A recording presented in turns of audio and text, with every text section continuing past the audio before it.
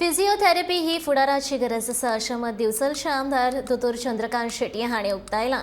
आमोणे गांवची तरणाटी दोतोर अस्मिता भगत हांच्या फिजिओझेन क्लिनिकाचें उक्तावण केल्या उपरांत दोतोर शेटये उलयताले। दिवचलच्या समाजीक भलायकी केंद्रा सामकार हे क्लिनीक सुरू केलां। उक्तावण सुवाळ्याक आदले आमदार प्रताप गावस आनी हेर मनीस हाजीर आशिल्ले।